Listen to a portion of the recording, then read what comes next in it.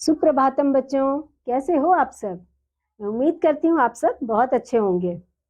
आइए आज की कक्षा की शुरुआत करते हैं। पाठ संख्या है हमारा आज का 16वां और शीर्षक है व्याकरणम। इसमें बच्चों व्याकरण यानी इंग्लिश में ग्रामर। आइए देखते हैं इसमें संधि यानी कि ज्वाइनिंग के बारे में। दो वर्णों के मेल से होने वाले परिवर्तन को हम संधि कहते हैं। संधि तीन प्रकार की होती है बच्चों, स्वर संधि, व्यंजन संधि और विसर्ग संधि। स्वर संधि की पहले बात करते हैं बच्चों। दो स्वरों के मेल को स्वर संधि कहते हैं। एक स्वर के बाद दूसरा स्वर आने पर दोनों के मेल से जो विकार उत्पन्न होता है उसे स्वर संधि कहते हैं। जैसे विद्या जमा अर्थी विद्यार्थी, आ जमा आ, स्वर में अ आ ई उ री री ए ओ। स्वर संधि 5 प्रकार की होती है। वृद्धि संधि, यण संधि, दीर्घ संधि, गुण संधि और अयादि संधि। दीर्घ संधि बच्चों जब ह्रस्व अर्थात दीर्घ स्वर अ आ ई उ री के बाद उसी के स्थान दूसरा स्वर आए तो दोनों को मिलकर दीर्घ स्वर हो जाता है। जैसे हिम जमा आद्री बराबर अ जमा अ बराबर आ हिमाद्री। देव जमा आलयः बराबर आ बराबर देवालयः। दया जमा आनंदः बराबर आ जमा आ बराबर दयानंदः। रवि जमा इंद्रः बराबर ई जमा बराबर ई बड़ी ई जमा बराबर रविंद्रः।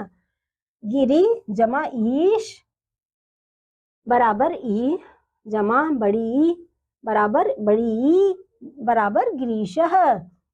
मही जमा ईशः बराबर ई जमा ई बराबर बड़ी ई बराबर महिषः। भानु जमा उदयः बराबर ऊ जमा ऊ बराबर ऊ बड़ी ऊ बराबर भानुदयः। वधू जमा उत्सवः बराबर ऊ बराबर वधूत्सवः। भू जमा ऊर्ध्वम बराबर बड़ी ऊ जमा बड़ी ऊ बराबर भूर्ध्वम। मातृ जमा ऋणम बराबर री जमा री बराबर मातृणम।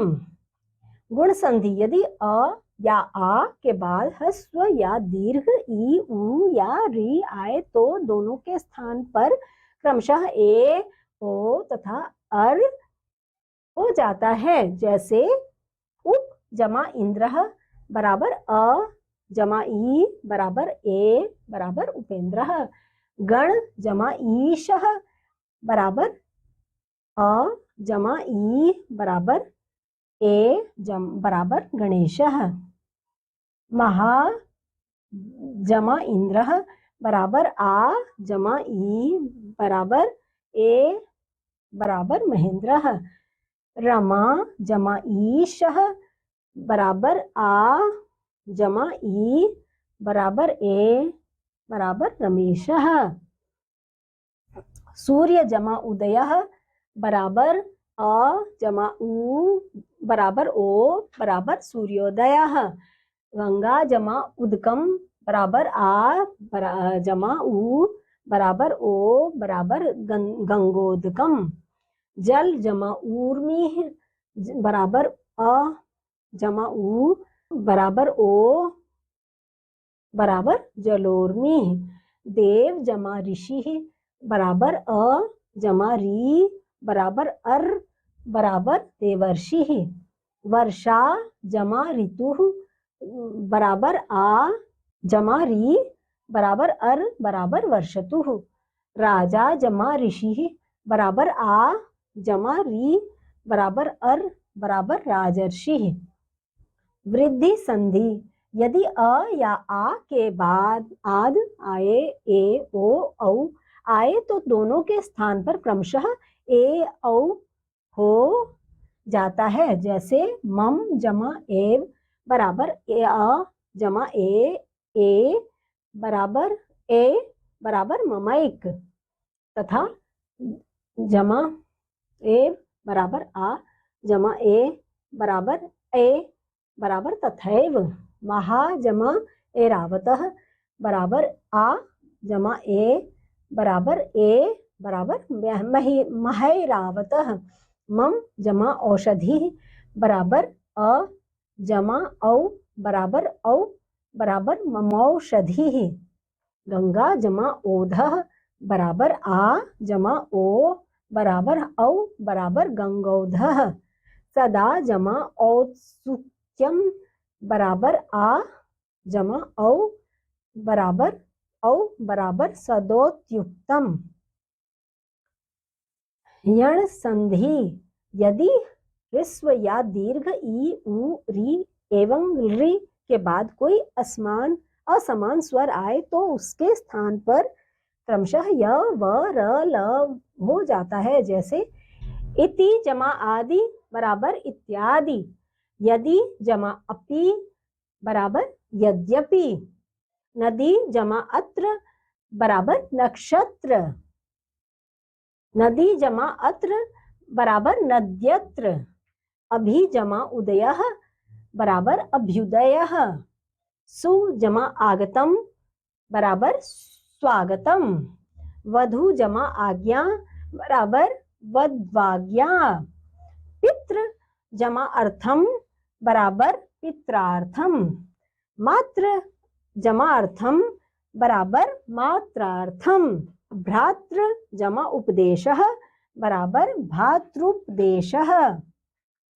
अयादि संधि यदि ए ओ औ के बाद कोई असमान स्वर आए तो उसके स्थान पर क्रमशः अय अव आव हो जाता है। जैसे ने जमा अनम बराबर नयनम, जे जमा अति बराबर जयति, मुनि जमा ए बराबर मुनये, गय जमा अकह बराबर गायकः, नय जमा इका बराबर नायिका, पो जमा अनम बराबर पवनम, भो जमा इता बराबर भविता, पौ जमा अनम बराबर पावनम, भौ जमा उकह बराबर भावुकाह, भावुकः बच्चों, और नौ जमा इकह बराबर नाविकाह।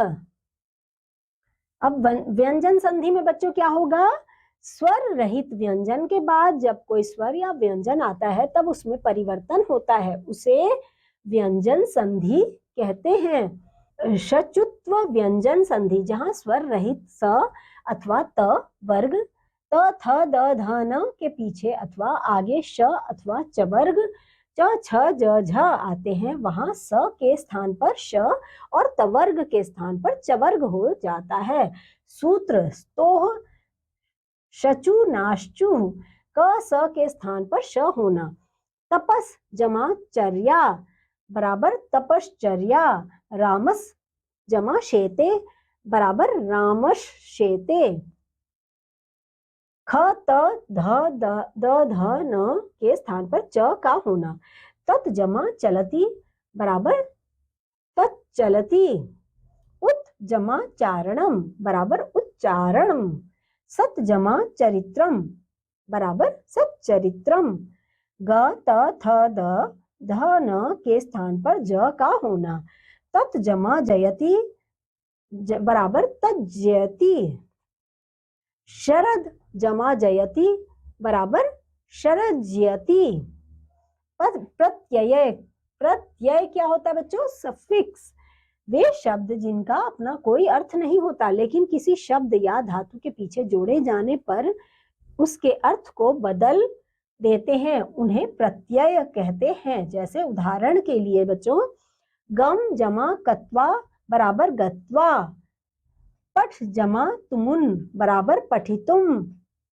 गत्वा यानी जाकर, पठितुम यानी पढ़ने के लिए, गम जमा तुमुन बराबर गंतुम यानी जाने के लिए, खाद जमा श्रित शत्र बराबर खादन खाता हुआ, पठ जमा त बराबर पठितः पढ़ा गया,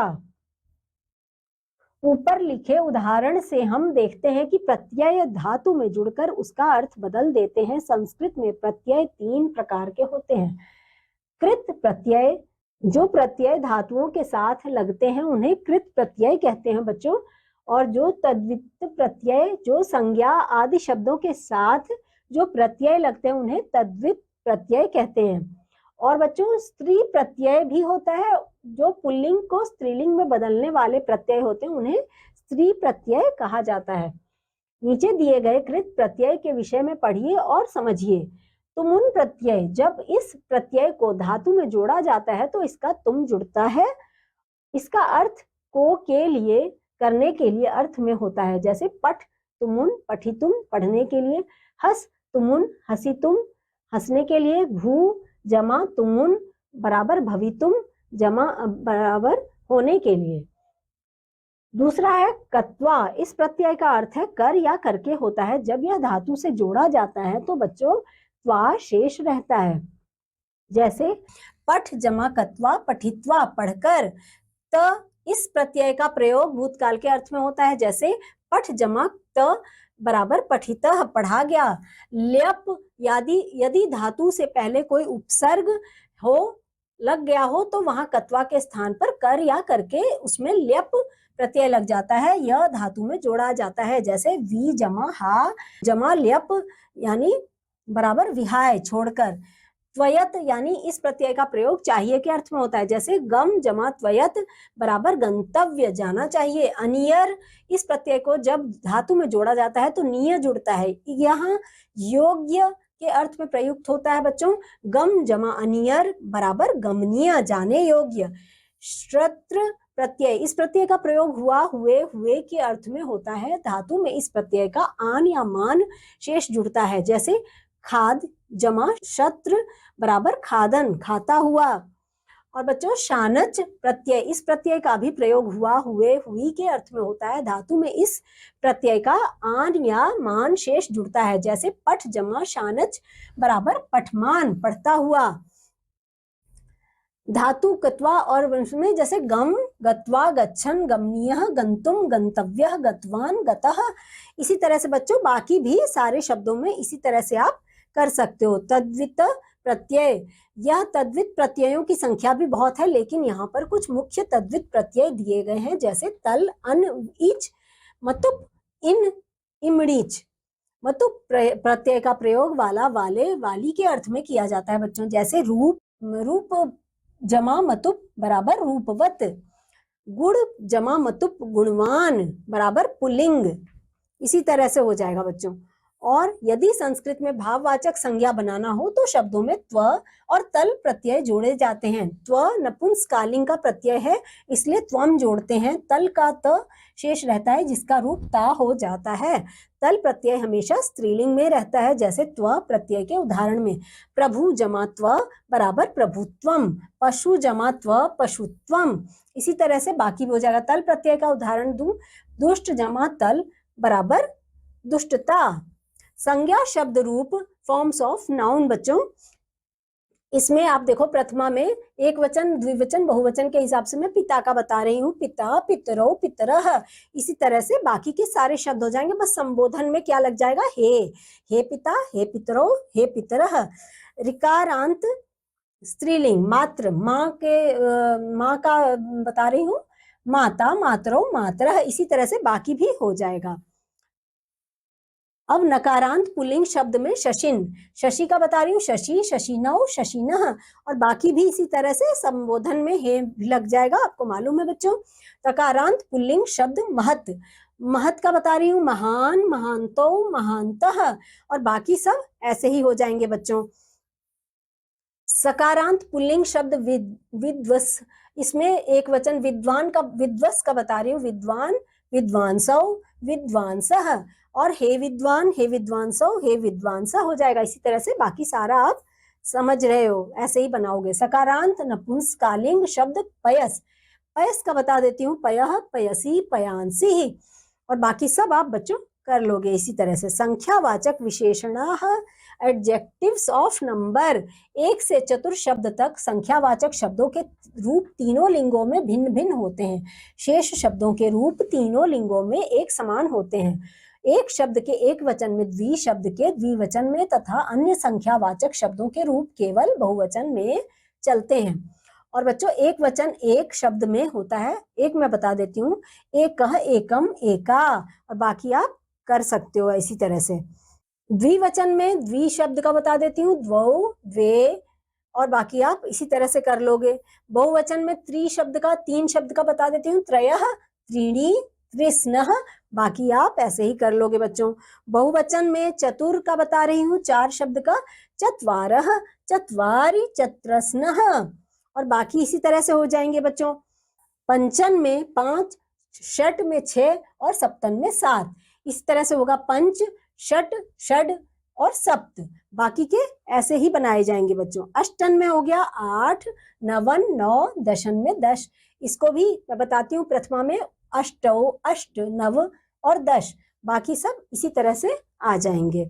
धातु रूपाणी यानी कि रूट फॉर्म्स, परस्मय पद धात्वः, इसमें क्री लट लकार में ऐसे बोलेंगे, करोति एक वचन में, द्विवचन में कुरुतः और बहुवचन में कुर्वन्ति, बाकी के बच्चों इसी तरह से बनाए जाएंगे।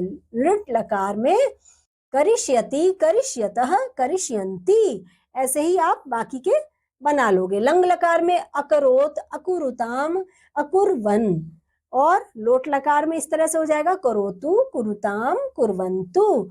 विधि लिंग लकार में कुर्यात हो जाएगा बच्चों, और कुर्याताम, कुर्युः हो जाएगा, बाकी के ऐसे ही बनाए जाएंगे। चर धातु लट लकार में क्या हो जाएगा बच्चों, चरति, चरतः, चरन्ति। फिर लोट लकार में क्या हो जाएगा, चरतु, चरताम, चरन्तु, और लंग लकार में क्या हो जाएगा बच्चों, अचरत, अचरताम, अचरन, और बाकी का आप इसी तरह से बना सकते हो। विधि लिंग लकार, इसमें एक वचन, द्विवचन, बहुवचन मैं बता रही हूँ, चरेत, चरेताम, चरेयुः, और बाकी का आप ऐसे ही बना लोगे। लिट लकार में चरिष्यति, चरिष्यतः, चरिष्यन्ति, चरिष्यति, चरिष्यतः, चरिष्यन्ति बच्चों, और बाकी इसी तरह से। वस धातु लट लकार वसति, वसतः, वसन्ति, लोट लकार में हो जाएगा वसतु, वसताम, वसन्तु, बाकी का ऐसे ही। लंग लकार में हो जाएगा अवसत, अवसताम, अवसन। विधि लिंग लकार में होगा बच्चों वसेत, वसेताम, वसेयुः, और लिट लकार में हो जाएगा बच्चों वसिष्यति, वसिष्यतः, वसिष्यन्ति, और रि धातु में लट लकार में हो जाएगा हरति, हरतः, हरन्ति, लोट लकार में हो जाएगा हरतु, हरताम और हरन्तु बच्चों, बाकी सब ऐसे ही। लंग लकार में हो जाएगा अहरत, अहरताम, अहरन, और विधि लिंग लकार में हो जाएगा हरेत, हरेताम, हरेयुः बच्चों, और बाकी उसी तरह से। लिट लकार में ऐसे हो जाएगा बच्चों हरिष्यति, हरिष्यतः, हरिष्यन्ति, और बाकी का बच्चों आप ऐसे ही बना लोगे। तो बच्चों आज की कक्षा में आपने व्याकरण के बारे में बहुत कुछ जाना। इसी तरह से आप सारे उसको आप पूरा कर सकते हो लिख लिख के, और मुझे उम्मीद है आपने सारा कुछ समझ लिया होगा। अब मिलूंगी आपसे किसी और अगली कक्षा में किसी और पाठ के साथ। तब तक के लिए बच्चों बाय बाय।